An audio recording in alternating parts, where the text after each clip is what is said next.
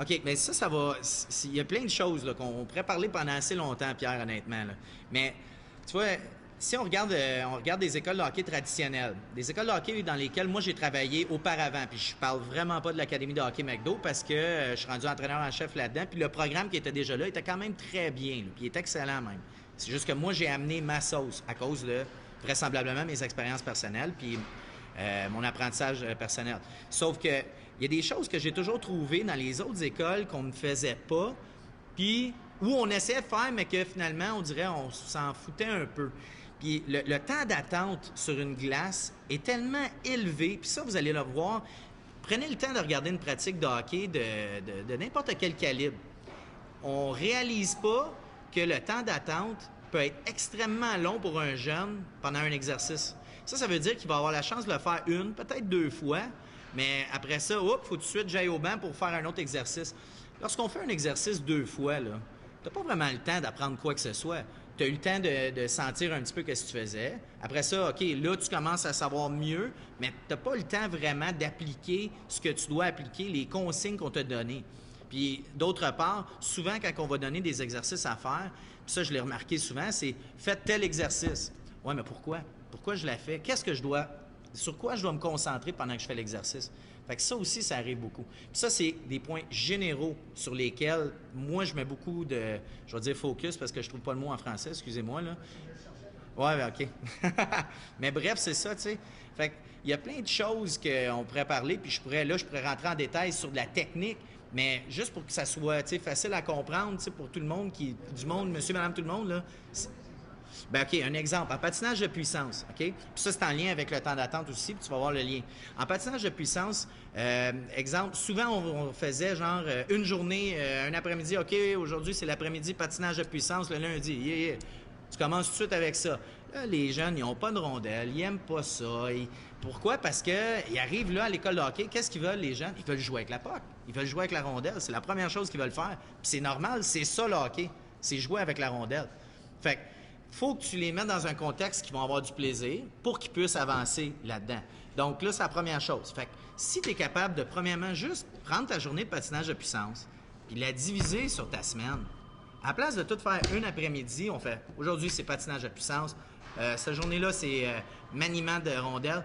C'est de prendre toutes ces choses-là puis les mettre d'une manière où, ça, on appelle ça là, je tombe dans le monde dans un monde d'entraînement, là, mais on appelle ça un entraînement horizontal, où tu vas toujours faire un affaire toute ta journée. Exemple, j'allais au gym, là, je me dirais, bon, aujourd'hui, je vais faire du bench, puis je vais faire, je sais pas moi, des biceps. Bon, ben, je vais faire mon exercice de bench, une série, je vais attendre, une autre série, je vais attendre. Mais c'est plate, ça. Quand tu peux mettre ça à la verticale, à l'inverse, où tu vas faire, exemple, tu vas faire ton bench, mais après ça, tu vas faire un autre exercice, puis un autre exercice, puis un autre. Puis après ça, tu vas revenir à ton bench, puis ainsi de suite. Tu perds beaucoup moins de temps. Tu comprends? Fait que ça, c'est toutes des petites choses que, ben, vraisemblablement, monsieur, madame, tout le monde, avec la formation Hockey Québec, qui est sûrement bonne, je ne l'ai jamais passée, mais qui limite un petit peu certains entraîneurs à se dire, OK, c'est quoi la meilleure affaire que je peux faire, tu sais? On est encore en train d'étudier là-dessus, puis c'est normal que pas tout le monde le sache. Mais il y a certaines choses que, ben moi, je suis au courant, fait que moi, je veux les appliquer. Fait que je veux être capable d'amener ces choses-là. Puis je suis sûr et certain, parce que j'ai vu les résultats cet été, j'ai changé quelques petites choses. Je suis sûr et certain que là, si je suis capable d'implémenter de A à Z dans l'école de hockey, je suis sûr et certain qu'à l'intérieur de 5 jours, on va voir la différence.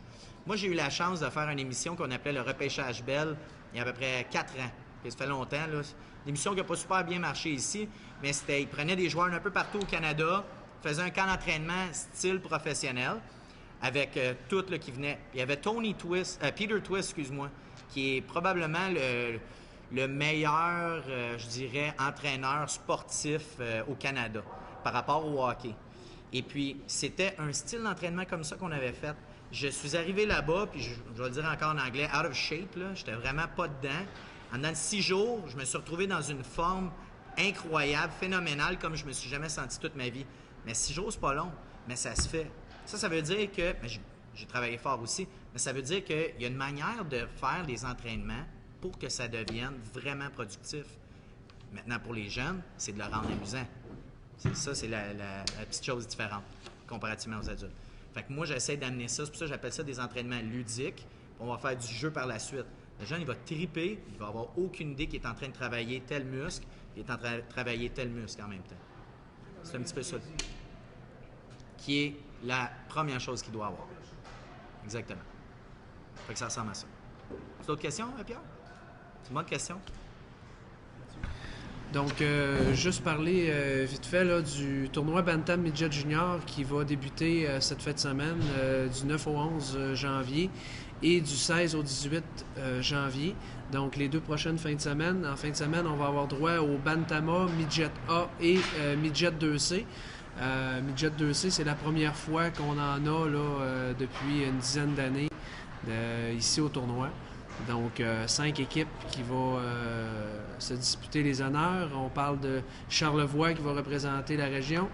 Ensuite, West Island et Terrebonne avec Beau-Centre. Donc, on a des bonnes équipes qui vont être là. Donc, ça va être intéressant de venir voir ça. Également, la deuxième fin de semaine, on a Junior A et Junior 2A. Junior 2A, toujours très populaire. Des équipes qu'on a eu la chance de voir à l'œuvre ici l'année dernière. Dont les champions des 2 dernières années, Mirabel, qui vont être de retour. Donc, ça débute vendredi matin, le 9 janvier, à 9h, ici à l'Arena. Et ça, c'est pour toute la fin de semaine. Il va y avoir des parties à toutes les heures. Donc, l'autre fin de semaine, la même chose. On débute à 9h le vendredi matin jusqu'au dimanche soir à 17h pour la finale Junior 2A. Donc, ça fait le tour pour les tournois qui s'en viennent dans les prochaines fins de semaine. Bon hockey à voir. C'est beau. Non, l'académie, par contre, c'est différent. Ouais, excusez-moi, j'ai pas spécifié. Pour l'académie de hockey McDo, allez sur le site internet de l'académie, qui est l'académie de hockey McDonald. Écrivez-le dans un moteur de recherche, là, tout simplement. Puis ça va être écrit, il y a un bonhomme de hockey à droite. Cliquez camp d'été. Camp d'hiver étant, bien sûr, il y a une semaine de relâche, je pense que c'est à Rosemère ou à Terrebonne. À Terrebonne, tout simplement. Pour les inscriptions pour le McDo? Oui. Fait qu'Académie McDo, c'est site web. Puis pour l'école de hockey d'Andonneau, ben c'est au mois de mars, du 2 au 6 mars, c'est avec Nicolas. Alors, on appelle ça l'Académie d'Andonneau? L'école de hockey d'Andonneau. Écoute, c'est de même qu'on l'a baptisé, puis ça marche. On verra.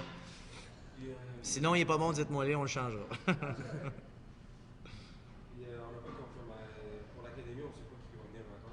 L'académie, à cause des dates, c'est probablement le plus difficile parce qu'il y a déjà beaucoup de camps d'entraînement professionnels qui sont débutés. L'année passée, on a été ultra chanceux parce qu'on a eu Alex des Capitals de Washington, Alex Giroux, qui est venu, en plus de JP côté. Fait on a été très chanceux qu'il y avait 2 gars qui étaient dans le coin. Puis en passant, 2 gars, c'était la seule école de hockey qui a eu 2 gars qui sont venus.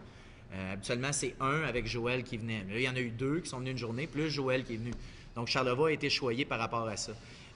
Mais vu que c'est la dernière semaine, c'est toujours très difficile parce qu'il y a beaucoup de joueurs qui sont déjà en entraînement et qui sont déjà partis.